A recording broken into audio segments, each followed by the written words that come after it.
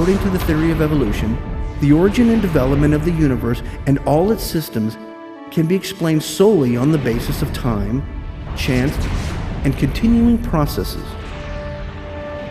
All living things have arisen from a single-celled organism. A second and opposing worldview is the concept of creation. According to the theory of creation, everything in the universe has come into being through the design, purpose, and deliberate acts of a supernatural creator.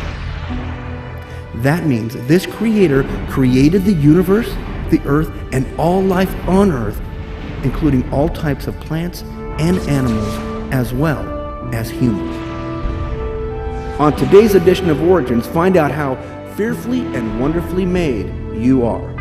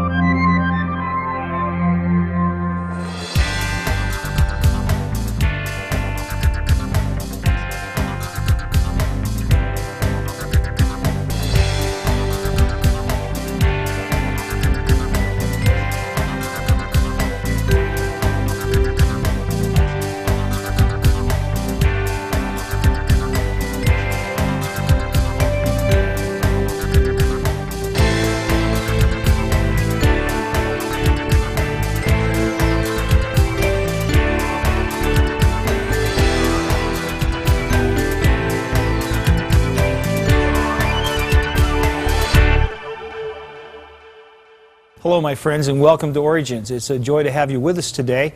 Origins is a forum where we take the evidence of science and use it to validate the truth of creation.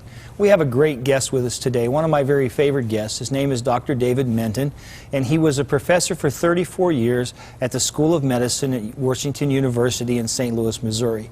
And he's here today to talk to us about the whole birth process of a human child. And one of the phrases that comes to mind, we're going to read it from Scripture here in a few minutes, is fearfully and wonderfully made. That's how the psalmist describes our creation. Dr. Menton, what a joy to have you with us. My pleasure, Doc. Now, today we're going to talk about babies. Everybody likes babies. Yes, isn't that a cute baby we have I'm telling you, that is a great today baby. There's a little that goes into the process before they get there, isn't there? Now, I guess we were talking just before we went on the air, and I was going to ask you, when does life begin? But you said that's not the right question. What's the right question? No, I think if we were asked the wrong question, we're probably never going to get the right answer. And the reason when does life begin is the wrong question is that everything is alive. All life comes from previously existing life, so there is no beginning ever since creation. Even the uterus is alive. The egg cells are alive, the sperm cells are alive. Hey, our big toe is alive. Yeah, I hope so. So I think a better question is, when does a person begin in the womb? And I don't think that's the kind of question that science has an answer for. I think the only place we can go to get an answer to that question is to Scripture. And so that's where you would like to start, with some Scripture, is that right? I think that's where we need to begin to address that interesting question.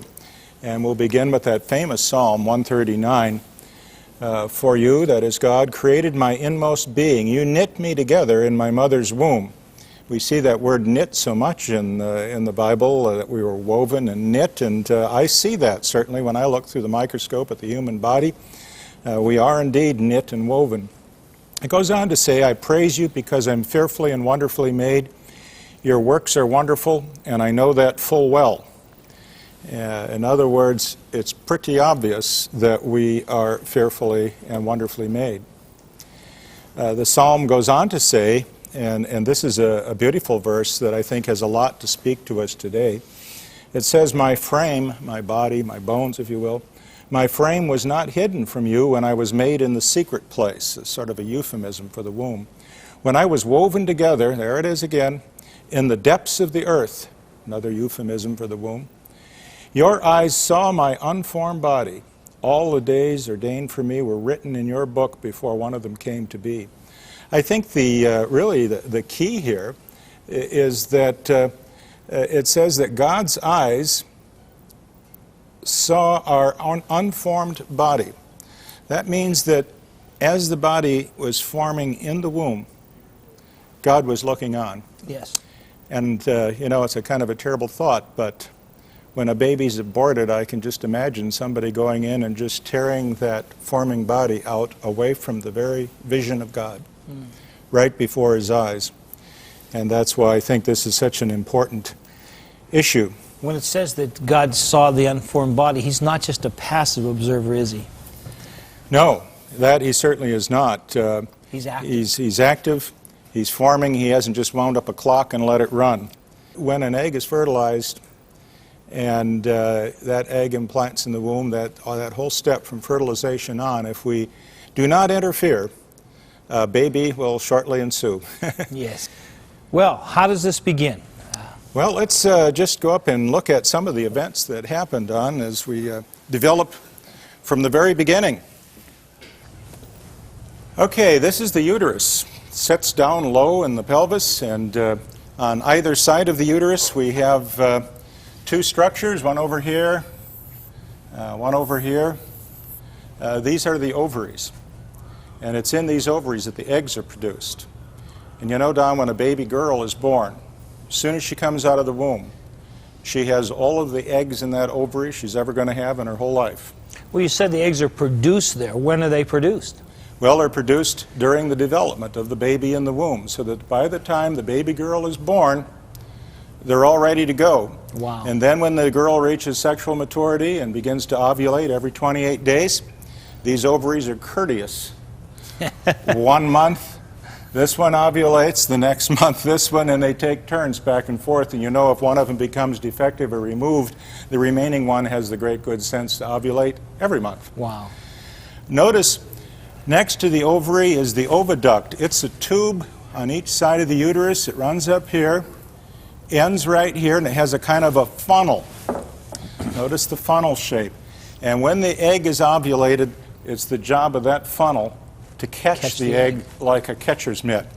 If it were to miss, the egg would be out here in the peritoneum, and it could, in fact, if it were fertilized, implant there, and that would represent a medical emergency. Let's just follow the development of the egg in the ovary. As I mentioned, there's about 400,000 in here, and once the female reaches sexual maturity, each 28 days, about 40 or 50 of these eggs being stored, ready to go, will sort of begin to develop, will become larger. Cells will develop around the egg, and you get what we call a follicle. This is a follicle right here. It's kind of a big hollow ball, and the egg is right inside here. And the idea is the egg is going to be ovulated, that is, it'll be ejected right out through the wall of the follicle to be caught by that oviduct, the catcher's mitt, if you will. Now, as soon as that egg is ovulated, the remaining cells of the follicle that are left behind go on to form an endocrine organ that makes special hormones that will be necessary for the development of the baby. But if a signal is returned that says basically fertilization did not occur this time, then this endocrine organ that is built up from the remaining cells of the follicle will break down. And when it breaks down, it forms a large scar in the ovary about this big. So big that you can see it in an ovary without benefit of a microscope, just with the unaided eye.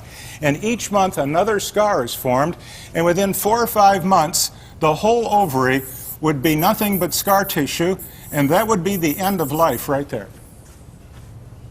All ovaries, a solid mass of scar tissue. And the medical profession has never found a way to dissolve scars. Most of us have scars in our body that have been there for our life and will continue to be there. But the Lord has a miracle here. The one place in the body where a scar is completely dissolved. Boy, would plastic surgeons like to do that. Yeah. And here it is in the ovary. And if it were not so, this would be the end of the lecture right here, Don. We wouldn't go any further because the egg would never be getting out of the I've got a feeling ovary. you and I wouldn't be here to talk about it. That's right. Yeah. So let's move on. We've got a cutaway here of the ovary. Amazing. And the oviduct. The egg will go right in there, and the idea is it will be fertilized someplace right about here in the oviduct, and then it will continue to move down the oviduct into the uterus and will implant like a seed in the wall of the uterus. Now, to get that egg to move requires something just spectacular. We're going to look at that area enclosed by the box. These are the lining cells of the oviduct. They have little hairs on the surface. Of course, they're really not hairs, they're cilia. You can see them right here. I'll just sort of draw lines for them. They're all along here. And these cilia beat. Now, if they just beat like this, the egg couldn't move down the oviduct. If they beat like window wipers, like this, the egg would go back and forth. It wouldn't work. That'd be the end of life right there, Don. I mean, we couldn't go on with the lecture. But we know that the cilia beat in a way that is really extraordinary. It's called a metachronal rhythm. Let me show you what that rhythm looks like. This rhythm, and only this rhythm, it's the same thing you see when you see wind blow across a wheat field, or if you've seen them do the wave in the ball stadiums. Yes. This is it. Millions and trillions of these cilia down the oviduct must all beat in concert in a metachronal rhythm, or the egg doesn't go down the oviduct.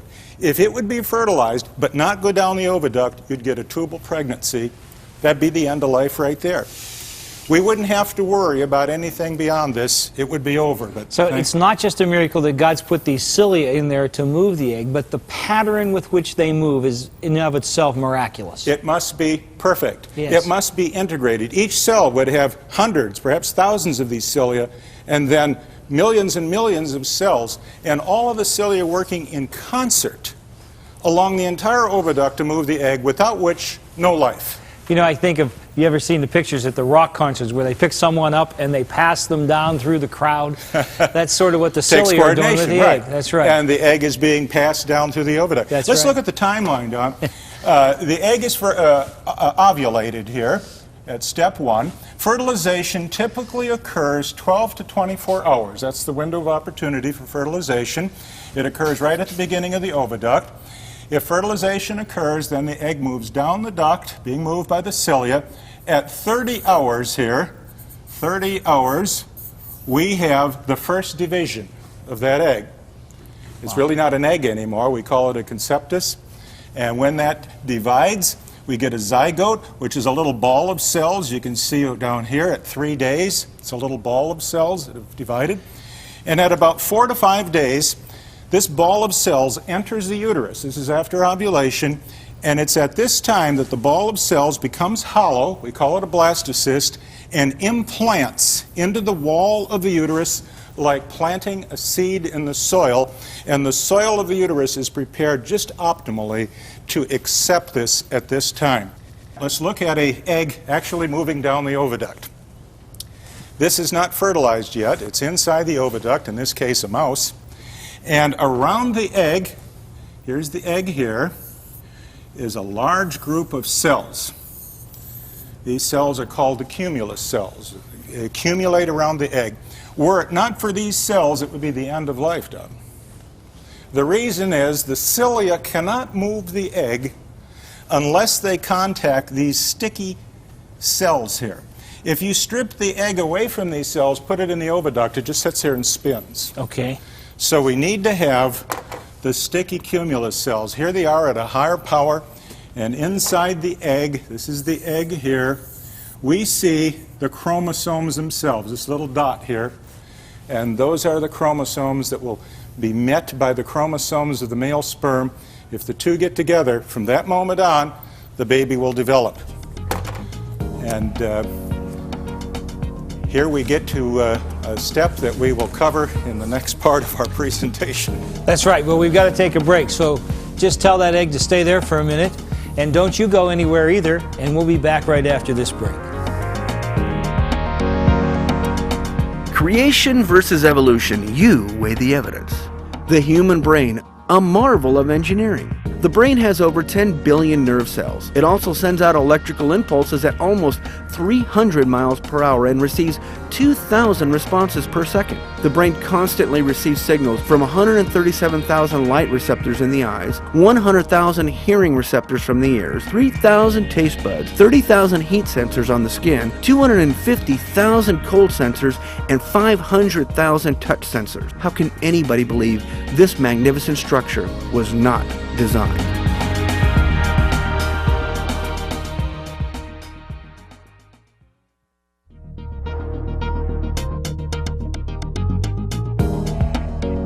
Today's guest on Origins, anatomist Dr. David Menton, is a speaker for Answers in Genesis. Audiences enjoy his well-illustrated presentations on a variety of fascinating topics. Many of these lectures are available on DVD. If you are interested in the subject of creation, you'll definitely want these for your own.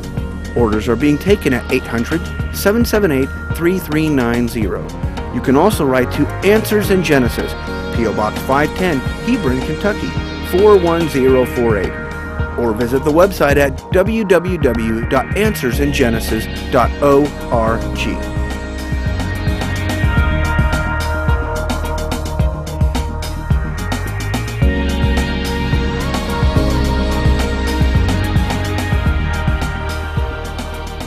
We're back with Dr. David Menton, and we're talking about how we are fearfully and wonderfully made, and the process of birth. And Dr. Menton, I've noticed, I think I've counted 3 times already that you've talked about it being miraculous, what's happening inside the uterus, as that if it didn't happen just this way, life would be over. But God has made it so it works. Let's look at that process. Great. You're going to see several more miracles in my view.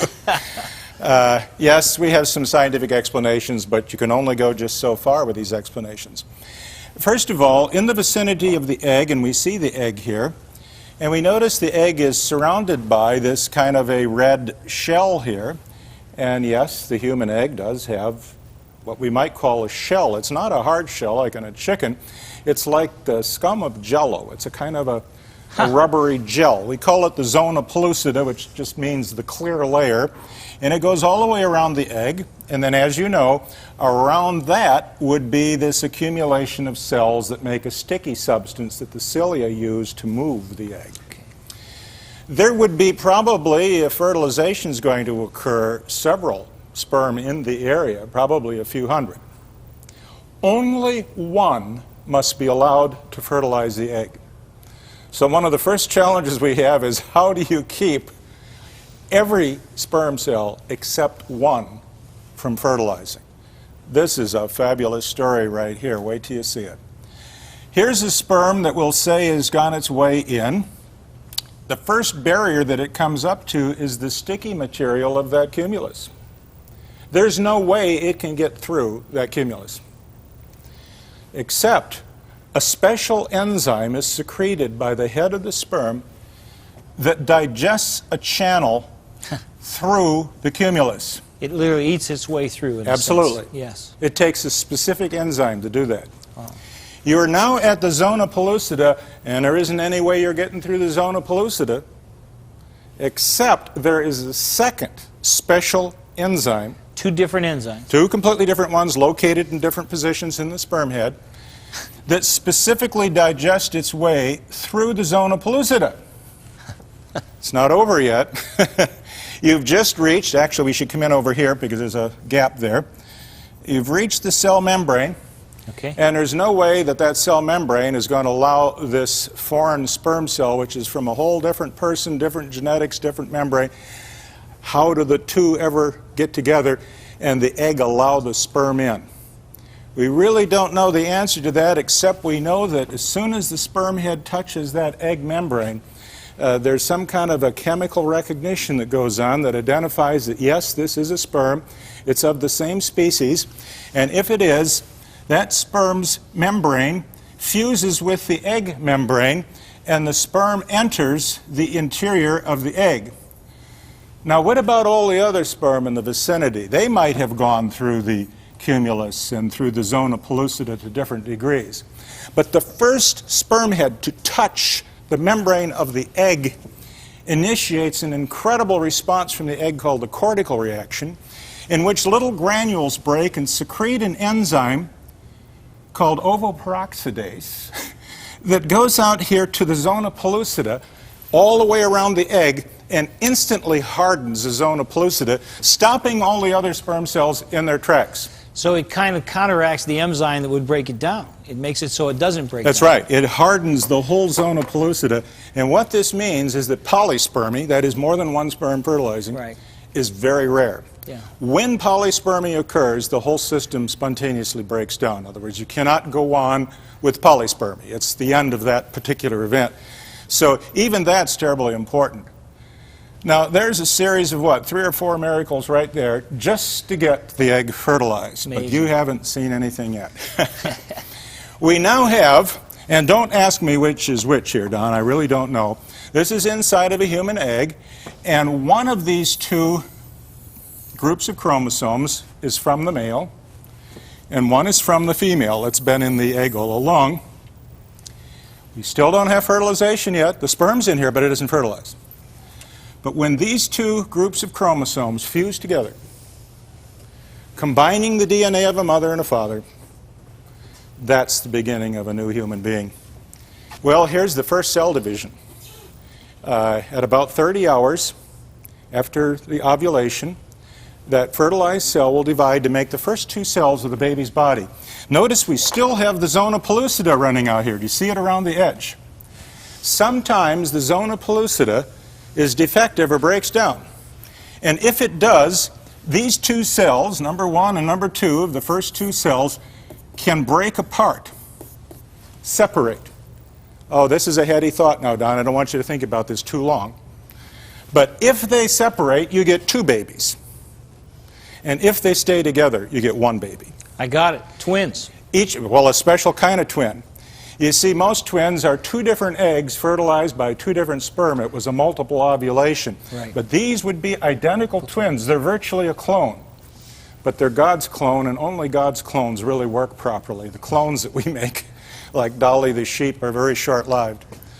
So it's a heady thought to think that each of us could have been 2 people. Wow. But because those cells didn't separate, we're Stay one. together, yeah. And I just leave that up to God, because I can't figure that one out. I just say, Lord, you know, I don't know. From 2 cells, it divides, we get 4. They divide, we get 8. And this little ball of cells, called a zygote, will finally enter the uterus. When it enters the uterus, a hollow chamber will develop inside. We call this a blastocyst. The amazing thing is, do you see the cells in blue here? I do. They are the baby. It's the only part of this group of cells that is the baby proper. You might wonder, what are all these red cells going around out here? That's really a fascinating story. Those cells will make the placenta. Yeah. Because you see, this baby is going to wait while the placenta develops. And these cells that make the placenta actually burrow through the wall of the uterus, something that really should never happen. But it does. Burrow through the wall of the uterus, penetrate inside, and only when the placenta develops to a certain point to support the developing baby will these cells that actually make the baby continue on to develop and So the progress of the baby itself actually stops until the placenta has both rooted in the wall and has developed sufficiently to support it. That's right. Yeah. It has to begin to develop. And these cells, as they penetrate, actually fuse together, forming a huge cell. We call it a syncytial cell. And this will penetrate. This is the way that actually looks in the flesh. This is the inner cell mass right here. That is the baby in a human. And these cells out here are called the cytotrophoblast.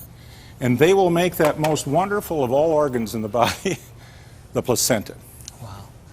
Well, this is part 1 of a 2-part show. Come down here and join me on as we get ready to wrap this up. But My friend, it's been a joy, and we're going to do a second part of this show, and I want to say to you that you'll want to be assured to be a part of that show, because we've got, as they say, more of this story to tell, and it's just as miraculous from here on as it was up until this point. How marvelously God has made us. We'd love to hear from you. Write to me at Origins, Cornerstone Television, Wall, PA 15148, or get in touch with us through the internet at originstv.org. Let us know what you think, and let us know if we're speaking to the needs in your life as we talk about the awesomeness of the way God has made us. You know, it's God's view that He made you. And don't forget, that should be your worldview too. God bless you until we see you next time.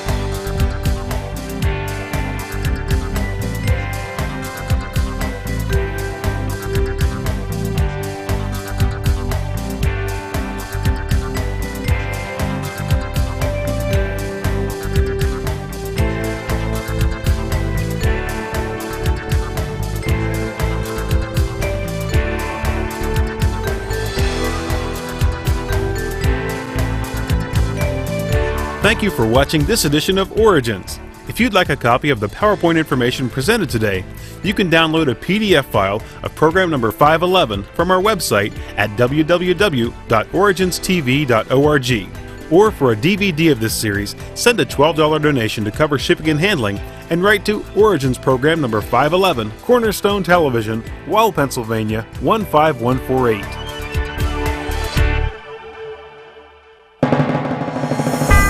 Origins is made possible by the faithful prayers and the financial support of you, our Cornerstone Television family.